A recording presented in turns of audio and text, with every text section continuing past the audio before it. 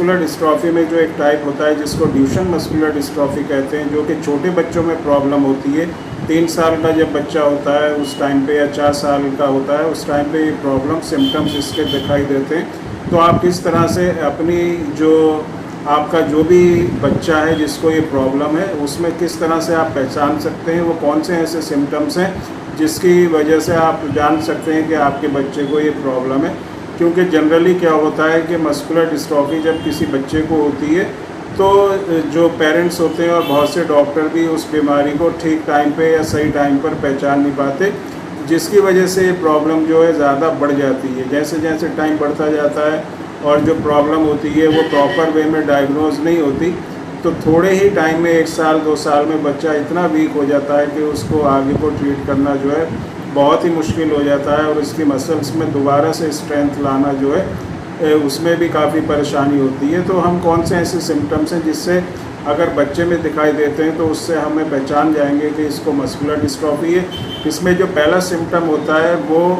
बच्चा जो होता है जिसको मस्कुलर डिस्ट्रॉफी की प्रॉब्लम होती है, जो सबसे पहले सिम्टम दिखाई देता है वो ये होता है कि बच्चा जब बैठ के उठता है तो उसको उठने में परेशानी होती है। या तो बच्चा जो है आपका घुटने पे हाथ रख के उठेगा या फिर ज़मीन के ऊपर हाथ रख के उठेगा, और जब ये प्रॉब्लम थोड़ी ज़्यादा बढ़ जाएगी तो बच्चा फिर टांगे पीछे करके उठता है, ज़ोर उसको ज़्यादा लगाना पड़ता है। तो ये पहला जो सिम्टम होता है वो यही होता है कि बच्चा जो है उठने में उसको प्रॉब्लम होती है। दूसरा जो सिम्टम होता है वो ये होता है बच्चा चलते चलते जो है गिर जाता है, कहीं पर भी ऊंचा नीचा होगा या बच्चा तेज़ी से चलेगा तो वहाँ पर वो गिर जाएगा। ये भी एक सिम्टम होता है मस्कुलर डिस्ट्रॉफी का। तीसरा जो सिम्टम होता है वो जो काफ मसल्स होती हैं, जो पिंडली होती हैं, वो मोटी हो जाती हैं, स्टिफ हो जाती हैं, हार्ड हो जाती हैं, और ये जो है एक सिम्टम होता है muscular dystrophy, Duchenne muscular dystrophy का। इससे भी आप पहचान सकते हैं कि आपके बच्चे को ड्यूशन मस्कुलर डिस्ट्रॉफी है। इसके बाद जीने पे चढ़ना बहुत मुश्किल हो जाता है, बच्चा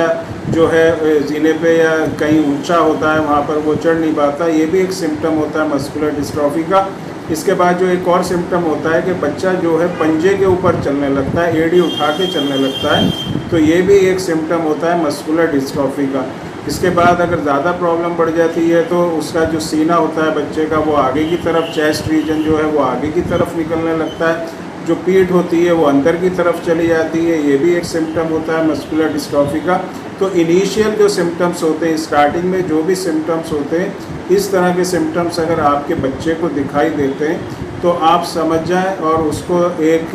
किसी स्पेशलिस्ट को ज़रूर दिखाएं। अगर आप एलोपैथिक मेडिसिन से ट्रीटमेंट कराते हैं तो उसमें मल्टीविटामिन या स्टेरॉइड्स, जो कि कोई इफ़ेक्ट जो है मस्कुलर डिस्ट्रॉफी में इन मेडिसिन का नहीं होता। होम्योपैथिक मेडिसिन बहुत अच्छी ऐसी होम्योपैथिक मेडिसिन हैं, और हम अपने प्रैक्टिस में बहुत ही अच्छी होम्योपैथिक मेडिसिन जो है यूज़ करते हैं, जिससे मस्कुलर डिस्ट्रॉफी की जो प्रॉब्लम होती है उसमें जो भी सिम्टम्स आते हैं वो क्योर होते हैं, और बहुत अच्छा रिज़ल्ट जो इन मेडिसिन से मिलता है। बच्चे की जो वीकनेस होती है मसल्स की वो ठीक होती है, उसमें स्ट्रेंथ मिलती है, उसकी जो प्रोग्रेस होती है मसल्स वीकनेस की वो रुकती है, और जो सबसे ख़ास चीज़ होती है वो ये होती है कि जो इंटरनल ऑर्गन्स होते हैं बच्चे के, वहाँ की मसल्स जो हैं वीक नहीं होती हैं। ये मेडिसिन लेने से